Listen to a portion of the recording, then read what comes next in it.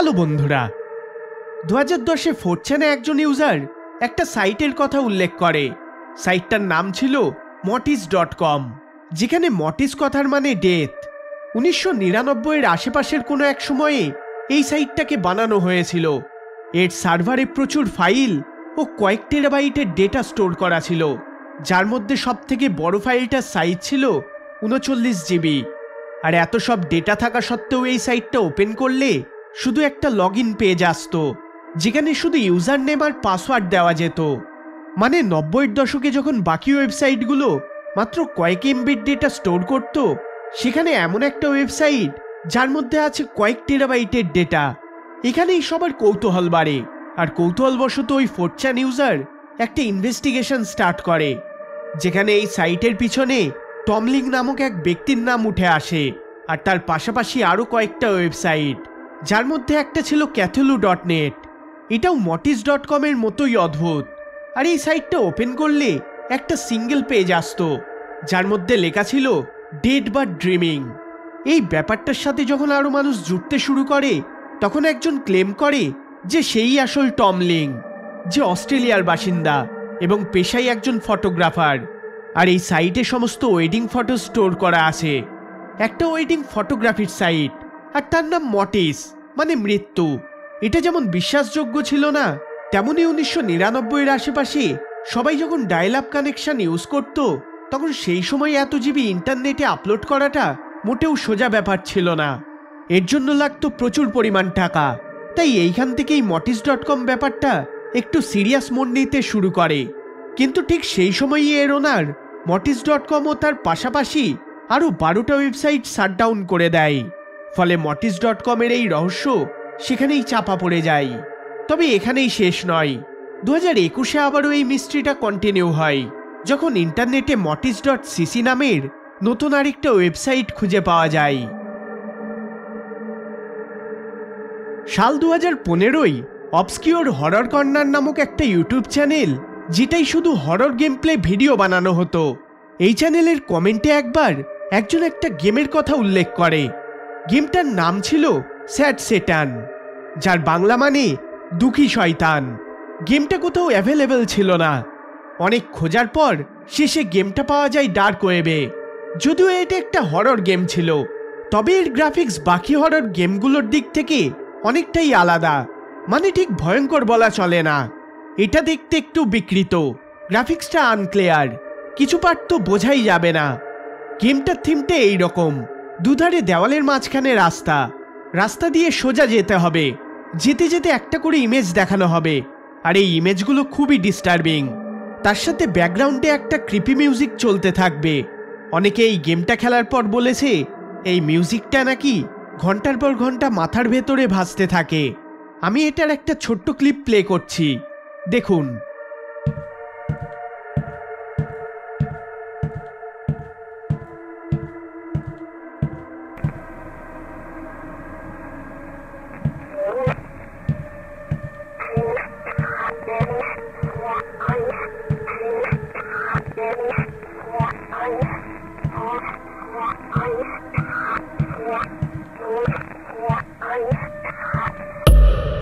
প্রতি বছর অনেক নতুন নতুন হরর গেম আসে, বাট এই গেমটা তাদের থেকে একদমই আলাদা ছিল। এই গেমটা বানানোর পিছনে কি উদ্দেশ্য ছিল সেটা আজও একটা বড় রহস্য।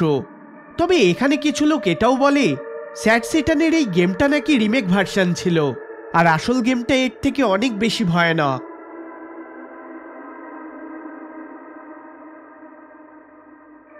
2015-ই একজন অ্যানোনিমাস ইউজার 4chan.org-তে একটা ভিডিও পোস্ট করে, আর বলে ভিডিওটা তাকে একটা ডিভিডিতে করে পাঠানো হয়েছে। ওই একই দিনে অন্য আরেকজন ইউজার সেম ভিডিওটা ইউটিউবে পোস্ট করে, আর ভিডিওর টাইটেল দেয় বাইনারিতে, যেটাকে ডিকোড করলে পাওয়া যায় মুইতে নামক একটা স্প্যানিশ ওয়ার্ড, যার মানে হলো মৃত্যু। এর কিছু মাস পর আবারও আরেকজন ইউজার সেম ভিডিওটা ইউটিউবে আপলোড করে, এবার টাইটেল দেয় 11BX1371। একই বছর একজন টেক ব্লগার একটা ব্লগ পোস্ট করে জানায় তাকে ওই ভিডিওটা একটা সিডিতে করে তার অ্যাড্রেসে পাঠানো হয়েছে। বারবার একাধিক ইউজারদের কাছে থেকে একই ভিডিওর ব্যাপারে শুনে এটাকে নিয়ে সবার ভেতরে একটা কৌতূহলের সৃষ্টি হয়। এই ভিডিওটা ইন্টারনেটে প্লেগ ডক্টর ভিডিও নামে পরিচিত। একটা ভাঙাচোরা বিল্ডিং, যার মধ্যে একজন লোক অদ্ভুত ড্রেস পরে রয়েছে, মুখে তার একটা লম্বা মাস্ক। এটা যে শুধু একটা ক্রিপি ভিডিও ছিল তা নয়, এর পিছনে লুকিয়ে ছিল অনেক মেসেজ। যেমন ভিডিওর ব্যাকগ্রাউন্ডে যে নয়েজটা ছিল সেটাকে স্পেকট্রোগ্রাম দিয়ে ডিকোড করলে একটা মেসেজ পাওয়া যায়, যেটা হলো ইউ আর অলরেডি ডেড। আর তার সাথে অনেকগুলো গ্রাফিক্স ভেসে ওঠে, যেগুলো ছিল কিছু মহিলার উপর টর্চার আর ডেড বডি। 1600 দশকে প্লেগ রোগের ডাক্তারদের জন্য এই ধরনের ড্রেস বানানো হতো। প্লেগের মতো ছোঁয়াচে রোগ যাতে রোগীর শরীর থেকে ছড়িয়ে না পড়ে, তাই এই ধরনের ফুললি কভার আপ ড্রেস আর একটা লম্বা পাখির ঠোঁটের মতো মাস্ক, যেটা বানানো হয় ডাক্তারদের শ্বাস নেওয়ার জন্য। এতে বিভিন্ন ধরনের মশলা, কর্পূর, গোলাপের পাপড়ি এইসব ভরা থাকতো। এটি এয়ার পিউরিফায়ারের কাজ করত। কিন্তু এই ভিডিওতে কি কারণে এই ব্যক্তি এইরকম মাস্ক পরেছে, আবার কেনই বা হাতের নানা রকম জেস্চার দেখানো হয়েছে, তা কিছুই জানা যায়নি। তারপর হঠাৎ হাতে একটা ছোট্ট লাইট জ্বলতে দেখা যায়। এইসবের পিছনের কারণ কোনোভাবেই জানা যায়নি। ভিডিওটার মধ্যে অনেক মেসেজ আর ক্লুজ দেওয়া রয়েছে, যেটা দেখে অনেকেই এটাকে টেরোরিস্ট অর্গানাইজেশনের মেসেজ হিসেবে দাবি করেছে। আবার কেউ বলেছে এটা হ্যাকারদের কাজ, কারোর দাবি এটা কোনো মুভির প্রমোশন।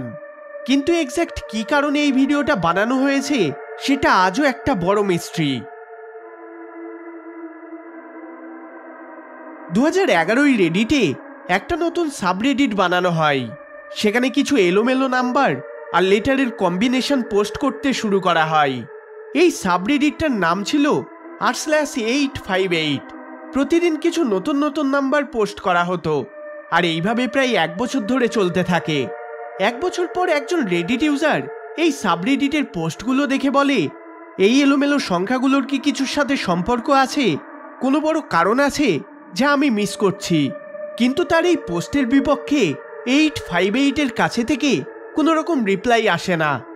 যদিও এই পোস্ট অনেক ইউজারকেই আকৃষ্ট করে।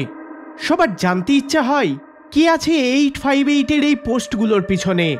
কেউ ভাবে এটা গভর্নমেন্টের কোনো সিক্রেট প্রজেক্ট, কেউ আবার এটা সিকাটা 3301-এর মতোই একটা ইন্টারনেট পাজল বলে দাবি করে। এই রহস্যটা সলভ করতে বানানো হয় আরও একটা সাবরেডিট, যার নাম দেওয়া হয় r/solving_858। এই গ্রুপটা তৈরি হয়েছিল কম্পিউটার সায়েন্স স্টুডেন্ট, ক্রিপ্টোগ্রাফার্স আর কিছু এনথুজিয়াস রেডিট ইউজারদের নিয়ে। তারা সবাই মিলে এই নাম্বারগুলোর পিছনে থাকা মেসেজটাকে খুঁজে বের করতে চেষ্টা করলেও শেষ অবধি কোনো লাভ হয়নি। দেখতে দেখতে 4 বছর পার হয়ে যায়, আর রেডিটে এই পোস্টগুলো আনসলভই রয়ে যায়। কারণ 4 বছর পর 2015-তে হঠাৎ করে একদিন এই সাবরেডিটটাকে প্রাইভেট করে দেওয়া হয়, যেখানে একটা মেসেজ করে বলা হয় 858-এর সময় দেওয়ার জন্য ধন্যবাদ। এখন আপনি আমাদের আনসাবস্ক্রাইব করে দিতে পারেন, কারণ আমাদের কাজ সম্পূর্ণ হয়ে গিয়েছে। 858-এর এই পোস্টগুলো আসলে কি সেটা পুরোপুরি জেনে ওঠার আগেই এই অ্যাকাউন্টটাকে ক্লোজ করে দেওয়া হয়। তাই আজও এর পিছনে থাকা কারণ একটা বড় রহস্য।